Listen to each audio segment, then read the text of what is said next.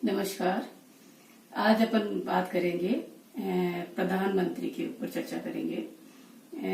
चूंकि हमारे देश में संसदीय शासन व्यवस्था है और संसदीय शासन व्यवस्था का एक मोटा लक्षण होता है कि दो तरह की कार्यपालिकाएं होती हैं, एक नाम मात्र की या संवैधानिक कार्यपालिका और दूसरी वास्तविक कार्यपालिका। जैसे कि हमारे यहाँ पे राष्ट्रपति है, वो नाम मात्र की या संवैधानिक कार्यपालिका अध्यक्ष होता है, लेकिन वास्तव में उसकी शक्तियों का इस्तेमाल प्रधानमंत्री मंत्री परिषद के नेतृत्व में प्रधानमंत्री के द्वारा किया जाता है, इसलिए वो वास्तविक कार्यपालिका का अध्यक्ष होता है। तो अपन चर्चा करते हैं हमारे प्रधानमंत्री की टॉपिक पर। सबसे पहले देखते हैं कि प्रधानमंत्री की नियुक्ति किस तरह से होती है। संविधान का अनुच्छेद जो 75 है उसमें केवल ये लिखा हुआ है कि प्रधानमंत्री की नियुक्ति राष्ट्रपति के द्वारा की जाएगी, लेकिन इसका मतलब ये नहीं है कि राष्ट्रपति प्रधानमंत्री की नियुक्ति में अपनी विवेकी शक्ति या मनमर्जी का इस्तेमाल करता है। सामान्यतः ये परंपरा है कि जो पार्टी लोकसभा में जीत कर जाएगी उसका जो नेता होगा उसी को राष्ट्रपति प्रधानमंत्री नियुक्त करता है। लेकिन दो ऐसी परिस्थितियां आती हैं जब प्रधानमंत्री की नियुक्ति के संबंध में राष्ट्रपति अपनी विवेकीय शक्तियों का इस्तेमाल कर सकता है। पहला, यदि लोकसभा में कोई भी दल स्पष्ट बहुमत में नहीं हो तो राष्ट्रपति प्रधानमंत्री की नियुक्ति के संबंध में अपनी विवेकीय स्वतंत्रता का इस्तेमाल कर सकता है। उस समय वो सबसे बड़े पार्टी या सबसे बड़े गठबंधन के नेता को प्रधानमंत्री नियुक्त कर सकता है और 1 महीने के अंतर्गत उसे सदन में विश्वास मत हासिल करने के लिए कह सकता है। जैसे सबसे पहले नीलम संजीव रेड्डी ने, जो तत्कालीन राष्ट्रपति थे, उन्होंने इस शक्ति का इस्तेमाल किया था और 1979 में जब मोरारजी देसाई सरकार का पतन हो गया था तो उसके पश्चात चौधरी चरण सिंह को प्रधानमंत्री नियुक्त किया था।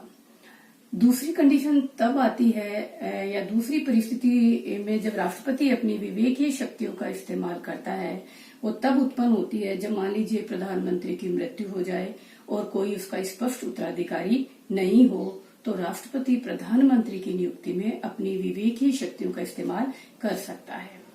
जैसे 1984 में इंदिरा गांधी की जब हत्या हुई थी उस समय ज्ञानी जेल सिंह ने इस शक्ति का इस्तेमाल किया था और उन्होंने राजीव गांधी को प्रधानमंत्री नियुक्त किया था।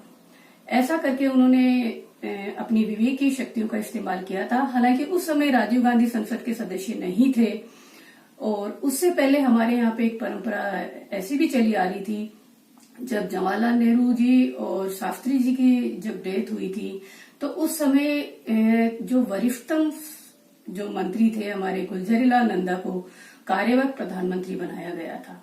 तो उस समय वहां राष्ट्रपति ने कार्यवाहक प्रधानमंत्री बनाने की एक परंपरा या अपनी शक्तियों का इस्तेमाल किया था, एक परंपरा डाली थी।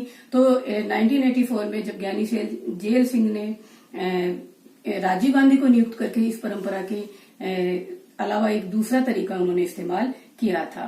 तो प्रधानमंत्री की नियुक्ति में सामान्यतः राष्ट्रपति जो बहुमत प्राप्त पार्टी होती है उसके नेता को ही नियुक्त करता है, लेकिन इन दो परिस्थितियों में अपनी विवेकीय शक्तियों का इस्तेमाल कर सकता है और राष्ट्रपति प्रधानमंत्री की नियुक्ति कर सकता है।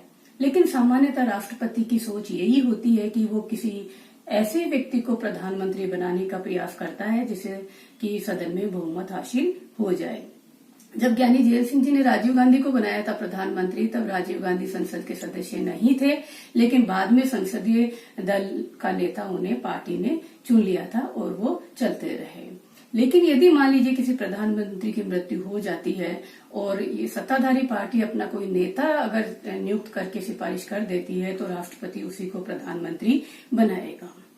जब राष्ट्रपति प्रधानमंत्री की नियुक्ति करता है तो उसके पश्चात ऐसी कंडीशन में प्रधानमंत्री को सदन में अपना बहुमत सिद्ध करना पड़ता है।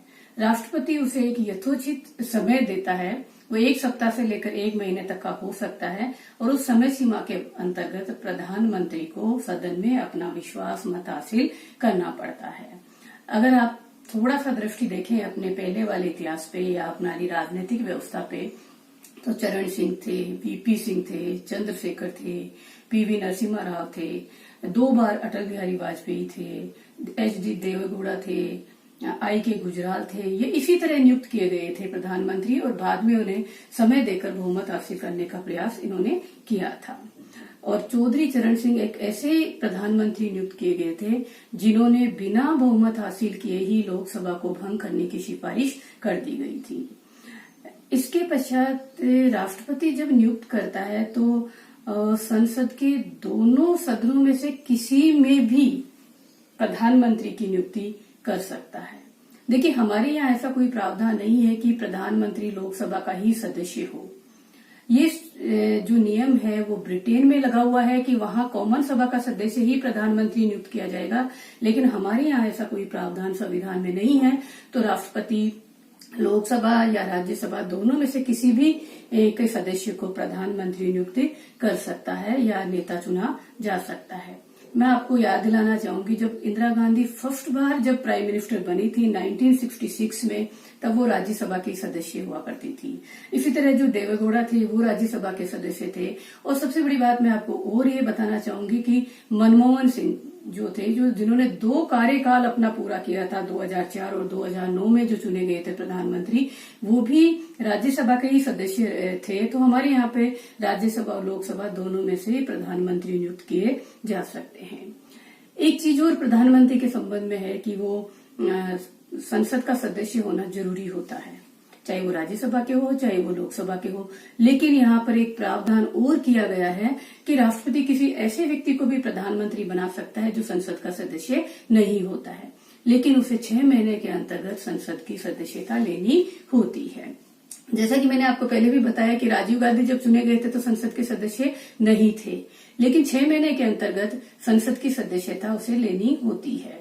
इसके लिए सामान्यतः एक परंपरा चली आ रही है, इस तरह का हमारे यहाँ पे एक प्रयास किया हुआ है कि उस नियुक्ति के पश्चात या तो किसी उपचुनाव में उन्हें खड़ा करके उम्मीदवार बना दिया जाता है और विजयी होकर संसद की सदस्यता वो ले लेते हैं, या फिर दूसरा तरीका अपनाया जाता है, यहाँ पर राज्यसभा का सदस्य बना दिया जाता है। जिस स्टेट में उनकी गवर्नमेंट होती है उस पार्टी की, उस स्टेट से राज्यसभा की सीटों पर उन्हें निर्वाचित कर दिया जाता है। इस तरह उन्हें संसद की सदस्यता प्रदान कर दी जाती है। जब राष्ट्रपति इसको नियुक्त कर देता है तो नियुक्ति के पश्चात पद ग्रहण करने से पहले प्रधानमंत्री को अपने पद और गोपनीयता की एक शपथ लेनी होती है। ये पद और गोपनीयता की शपथ राष्ट्रपति के द्वारा ही प्रधानमंत्री को दिलाई जाती है। और अपनी शपथ में जो प्रधानमंत्री है वो 4 बातें अपनी पद की शपथ के संदर्भ में कहता है। और वो कहता है कि मैं भारत के संविधान के प्रति सच्ची श्रद्धा और निष्ठा रखूंगा, मैं भारत की प्रभुता और अखंडता को अक्षुण्ण रखूंगा, मैं श्रद्धा पूर्वक एवं शुद्ध अंतःकरण से अपने पद के दायित्वों का निर्वहन करूंगा, मैं भय या पक्षपात, अनुराग या देश के बिना सभी प्रकार के लोगों के प्रति संविधान और विधि के अनुसार न्याय करूंगा। ये शपथ वो पद की शपथ है, लेकिन साथ ही प्रधानमंत्री अपने पद की गोपनीयता की भी एक शपथ लेते हैं। और उस शपथ में प्रधानमंत्री कहते हैं कि मैं ईश्वर की शपथ लेता हूं कि जो विषय मेरे विचार के लिए लाया जाएगा या मुझे ज्ञात होगा उसे मैं किसी व्यक्ति या व्यक्तियों को तब तक प्रकट नहीं करूंगा जब तक कि मेरे कर्तव्यों के निर्वहन के लिए ऐसा करना जरूरी हो जाता है। इस तरह पद और गोपनीयता दोनों की शपथ राष्ट्रपति द्वारा प्रधानमंत्री को दिलाई जाती है। फिर बात आती है कि प्रधानमंत्री का कार्यकाल कितना होता है।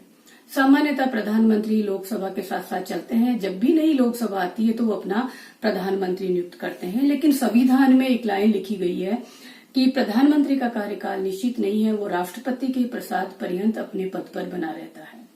लेकिन इसका मतलब ये भी नहीं है कि राष्ट्रपति जब चाहे तब प्रधानमंत्री को हटा दे। प्रधानमंत्री जब तक अपने पद पर रहता है जब तक कि लोकसभा में उसका बहुमत होता है, जब तक लोकसभा में उसका विश्वास या बहुमत रहता है तो राष्ट्रपति उसे नहीं हटा सकता है। और जैसे ही उसने अपना विश्वास वो लोकसभा में खो देता है तो उसे त्यागपत्र देना होता है, या वो त्यागपत्र नहीं दे तो राष्ट्रपति उसे बर्खास्त कर सकता है। अर्थात कहने का तात्पर्य है कि वैसे हम 5 साल के लिए लोकसभा को चुनकर भेजते हैं, लेकिन इसके पहले भी अगर सदन में उसका विश्वास मत खो देता है प्रधानमंत्री तो वो अपने पद से उसे हटना पड़ेगा, स्वयं त्यागपत्र दे सकता है या राष्ट्रपति उसे हटा सकता है। साथ ही प्रधानमंत्री के वेतन भत्ते सुविधाएं निर्धारित करने का अधिकार यहाँ पर संसद को दिया गया है। तो संसद जो भी निर्धारित करती है वो उन्हें प्राप्त करता है। इस तरह हमारे यहाँ पे प्रधानमंत्री की नियुक्ति और उनसे संबंधित जो प्रावधान है वो 74 और 75 में दिए हुए हैं। अब बात करते हैं प्रधानमंत्री की शक्तियों की या भूमिका की, कि प्रधानमंत्री क्या भूमिका अदा करता है। प्रधानमंत्री की जब भूमिका देखते हैं तो उनको 4 भागों में हम विभाजित करके देखते हैं। नंबर 1 होती है मंत्रिपरिषद के संबंध में, नंबर 2 होती है राष्ट्रपति के संबंध में, और नंबर 3 होती है संसद के संबंध में, और नंबर 4 होती है अन्य कार्य या अन्य भूमिकाएं जो कि प्रधानमंत्री निभाता है। अब अपन देखते हैं कि मंत्रिपरिषद के संबंध में प्रधानमंत्री की क्या भूमिका होती है। मंत्रिपरिषद का अध्यक्ष होता है प्रधानमंत्री। तो सबसे पहले कार्य वो यही करता है, मंत्रिपरिषद का निर्माण करता है, मंत्रियों की नियुक्ति करता है। देखिए, मंत्रियों की नियुक्ति राष्ट्रपति के द्वारा की जाती है, लेकिन राष्ट्रपति केवल उद्घोषणा करता है नियुक्ति की, उन्हें नियुक्त करने का अधिकार प्रधानमंत्री का होता है। प्रधानमंत्री की नियुक्ति के पश्चात प्रधानमंत्री अपने मंत्रियों के नामों की सूची की सिफारिश राष्ट्रपति से करता है। राष्ट्रपति उन्हीं नामों को मंत्री पद पर नियुक्त करता है। अर्थात मंत्रिपरिषद का निर्माण प्रधानमंत्री की इच्छानुसार होता है। निर्माण के पश्चात मंत्रियों में कौन सा विभाग देना है या मंत्रालय आवंटित करना है, वो कार्य भी प्रधानमंत्री के द्वारा ही किया जाता है। वो किसी भी मंत्री को कोई भी विभाग दे सकता है। मंत्रिपरिषद में चाहे तब उसमें परिवर्तन हेरफेर कर सकता है, विभागों को चेंज कर सकता है। इसके साथ ही मंत्रिपरिषद की जब बैठक होती है तो उसकी अध्यक्षता भी प्रधानमंत्री करता है, वही उसकी कार्यवाही का संचालन करता है। किसी भी मंत्री को अगर प्रधानमंत्री संतुष्ट नहीं है तो वो राष्ट्रपति से उसे बर्खास्त करने की सिफारिश कर सकता है। मंत्रिपरिषद या विभिन्न विभागों में वो समन्वय बनाए रखता है, मंत्रियों को आवश्यक निर्देश देता है, उन्हें नियंत्रित करता है, और लास्ट में उसके पास एक और शक्ति वो होती है कि वो स्वयं अपने पद से अगर त्याग पत्र दे देता है तो मंत्रिपरिषद बर्खास्त हो जाएगी या मंत्रिपरिषद विघटित हो जाएगी। मैं यहाँ एक बात और बताना चाहूंगी कि अगर प्रधानमंत्री की मृत्यु और त्याग पत्र हो जाता है तो मंत्रिपरिषद स्वयं विघटित हो जाती है, मंत्री कार्य नहीं करते, एक शून्यता उत्पन्न हो जाती है। लेकिन यदि किसी मंत्री की मृत्यु होती है या त्याग पत्र हो जाता है तो प्रधानमंत्री उस पद को गढ़ने के लिए स्वतंत्र होता है। इस तरह जो प्रधानमंत्री है मंत्रिपरिषद का एक तरह से कर्ता धर्ता होता है, अर्थात वो ही मंत्रिपरिषद को बनाने वाला होता है, वो ही मंत्रिपरिषद का कार्य संचालन करने वाला होता है, वो ही कार्यों का बंटवारा करने वाला होता है, और वो चाहे तो मंत्रिपरिषद का अंत भी कर सकता है। इसी के संदर्भ में माले ने कथन भी कहा था कि प्रधानमंत्री समकक्षों में प्रथम होता है। दूसरी जो भूमिका प्रधानमंत्री अदा करता है वो है राष्ट्रपति के संबंध में। राष्ट्रपति की जो भी शक्तियां संविधान में दी गई है उन सभी शक्तियों का इस्तेमाल व्यवहार में प्रधानमंत्री करता है। राष्ट्रपति के नाम से सारे कार्य प्रधानमंत्री के द्वारा किए जाते हैं। इसके साथ ही प्रधानमंत्री जो होता है मंत्रिपरिषद और राष्ट्रपति के बीच एक कड़ी का कार्य करता है, एक मध्यस्थ की भूमिका निभाता है। राष्ट्रपति जो संदेश देता है वो मंत्रिपरिषद तक पहुंचाता है और मंत्रिपरिषद की कोई बात होती है वो राष्ट्रपति तक पहुंचाता है।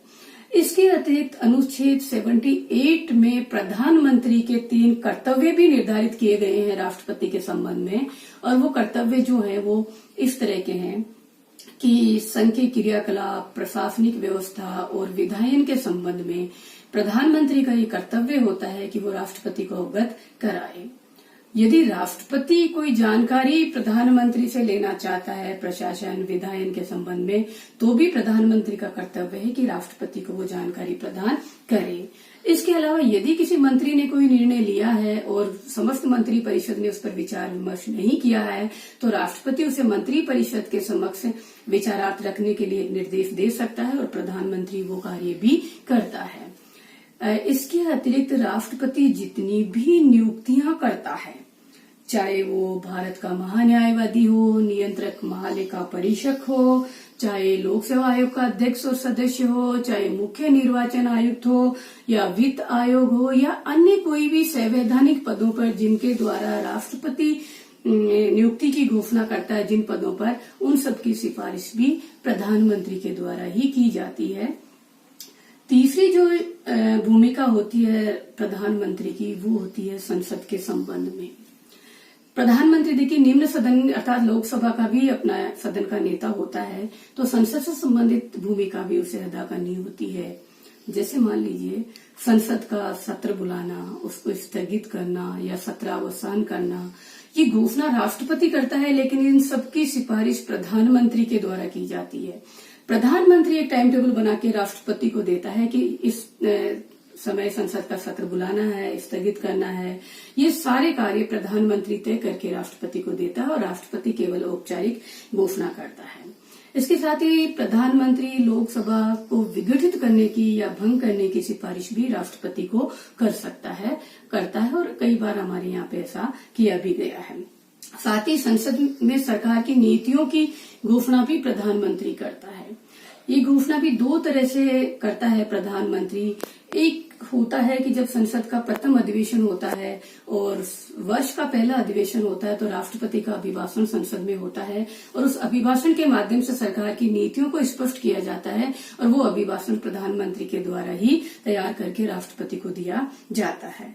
इसके अलावा संसद अगर कोई भी प्रश्न पूछती है या सरकार की नीति के बारे में अगर कोई जानकारी प्राप्त करती है, तो जो प्रधानमंत्री होता है वो संसद में अपना जवाब देता है, अपनी नीति को स्पष्ट करता है।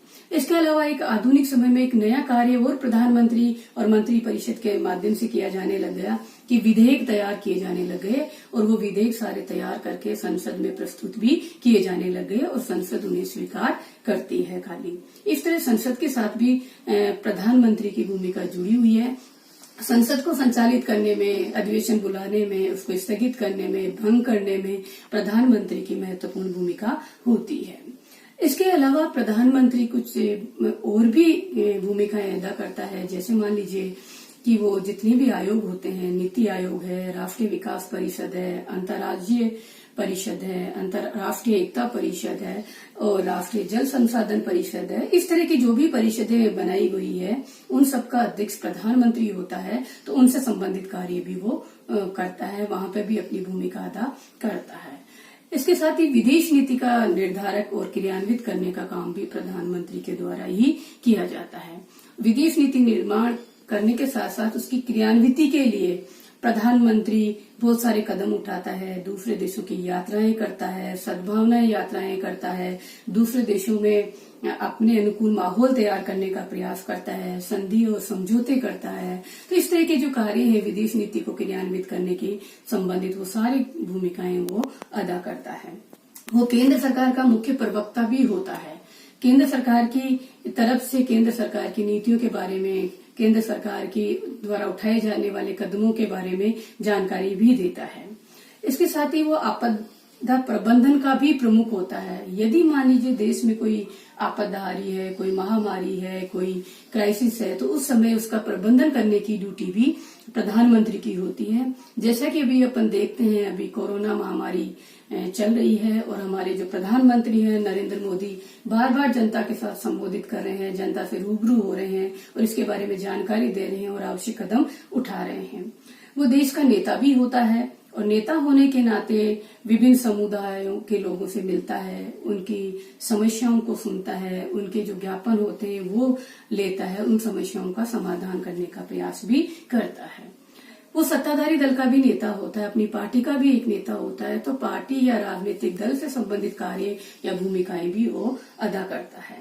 इसके साथ ही वो सेनाओं का राजनीतिक प्रमुख भी होता है। देखिए, सेनाओं का प्रमुख संवैधानिक अध्यक्ष राष्ट्रपति होता है, लेकिन जैसा कि अपन बार बार इस बात को प्रकट कर रहे हैं, बार बार इस चीज को दोहरा रहे हैं कि राष्ट्रपति संवैधानिक अध्यक्ष होता है, उसकी शक्तियों का इस्तेमाल प्रधानमंत्री के द्वारा किया जाता है। तो सेना संबंधी जो भी निर्णय है वो भी प्रधानमंत्री के द्वारा ही किए जाते हैं। जैसा कि आपको विदित है कि हमने पाकिस्तान के विरुद्ध सर्जिकल स्ट्राइक की गई थी और उसका श्रेय पूरा का पूरा हमारे प्रधानमंत्री नरेंद्र मोदी को मिला था। इस तरह जो प्रधानमंत्री होता है उसकी जो राजनीतिक और प्रशासनिक व्यवस्था में जो भूमिका होती है वो बहुत ही महत्वपूर्ण होती है, बहुत ही महत्वपूर्ण रोल अदा करता है। वो शासन का प्रमुख होता है, पूरे देश का शासन उसके द्वारा राष्ट्रपति के नाम से चलाया जाता है। व्यवहार में राष्ट्रपति की सारी शक्तियों का वो इस्तेमाल करता है और इसीलिए हमारे जो डॉक्टर भीमराव अंबेडकर थे, उन्होंने संविधान सभा में भी ये बात कही थी